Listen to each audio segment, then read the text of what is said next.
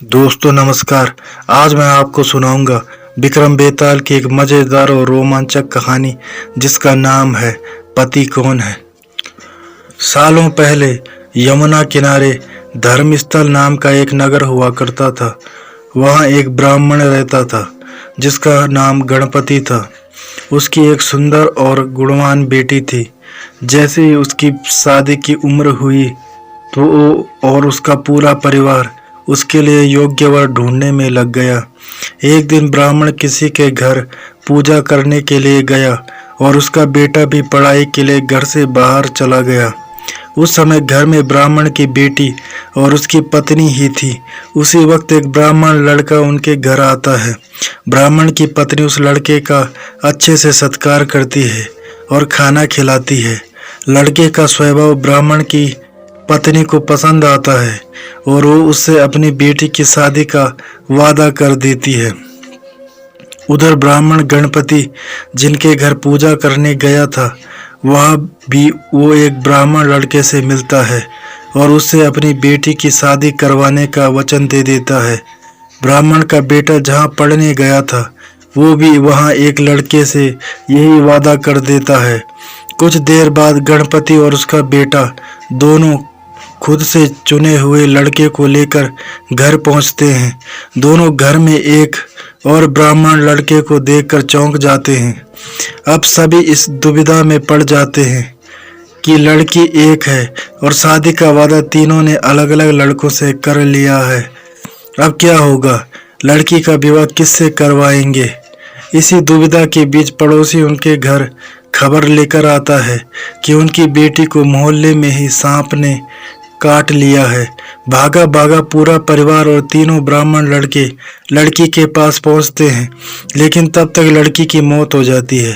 यह देखकर तीनों लड़के दुखी हो जाते हैं। कुछ दूर बाद लड़की का परिवार और तीनों ब्राह्मण मिलकर उसका अंतिम संस्कार करते हैं।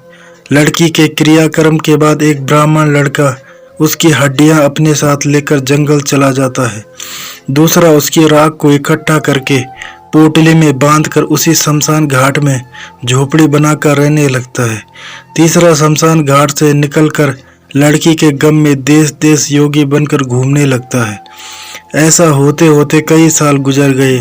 एक दिन अचानक योगी बनकर घूम रहा ब्राह्मण किसी तांत्रिक के घर पहुंच गया। ब्राह्मण को घर में देखकर तांत्रिक खुश हुआ और उसका सत्कार किया। तांत्रिक ने योगी से कुछ दिन अपने घर में ही रहने के लिए कहा। तांत्रिक की जिद देखकर योगी उनके घर में ही रुक गया। एक दिन तांत्रिक अपनी विद्या में बहुत लीन था और उसकी पत्नी सबके लिए खाना बना रही थी। उसी वक्त उनका बेटा रोने लगा और अपनी माँ को परेशान करने लगा।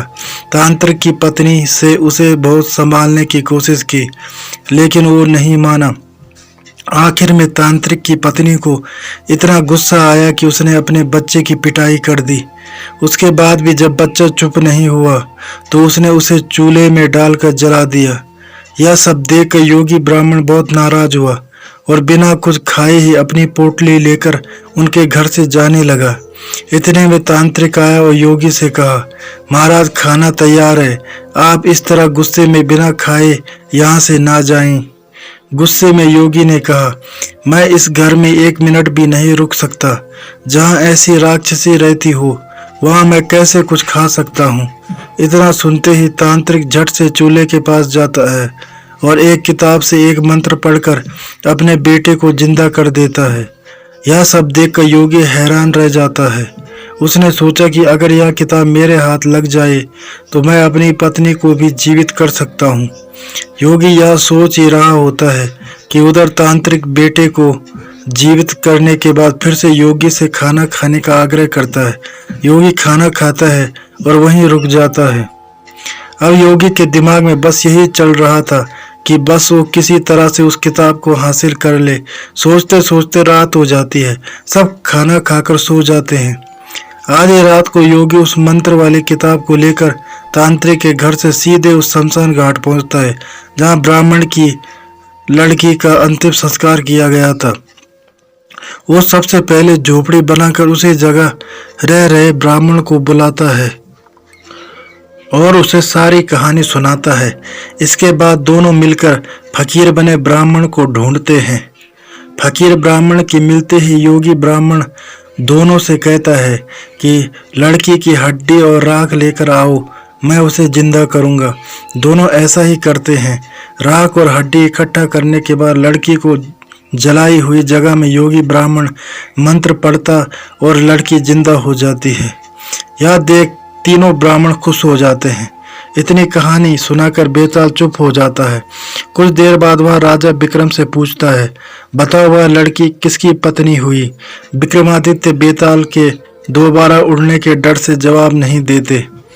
गुस्से में बेताल कहता है, देखो अगर तुम जवाब पता होते हुए भी नहीं दोगे तो मैं तुम्हारी गर्दन में काट दूंगा। जल्दी से जवाब दो। इतना सुनते ही राजा बोलते हैं, जो ब्राह्मण शमशान में कुटिया बनाकर रह रहा था वो उसकी पत्नी हुई। बेताल पूछता है, कैसे? तब विक्रमादित्य जवाब देते हैं, जो हड्डी चुनकर फकीर बन गया वो उसका बेटा हुआ। जिसने तांत्रिक विद्या से उसे जीवित किया वो उसके पिता समान हुआ, और जो उसकी राख के साथ जीवन जी रहा था वो ही उसका पति हुआ। जवाब सुनते ही बेताल ने कहा, राजन तुमने बिल्कुल सही उत्तर दिया है, लेकिन शर्त के मुताबिक तुम्हें मुंह नहीं खोलना था, इसलिए मैं दोबारा उड़ रहा हूँ। इतना कहकर बेताल दोबारा घने जंगल के किसी पेड़ में जाकर लटक जाता है और राजा विक्रम उसे पकड़ने के लिए उसके पीछे भागने लगते हैं। कहानी से सीख, चतुराई और बुद्धि से बड़ी समस्या को हल किया जा सकता है। तो दोस्तों ये थे आज की कहानी। उम्मीद करता हूँ आपको कहानी पसंद आई होगी।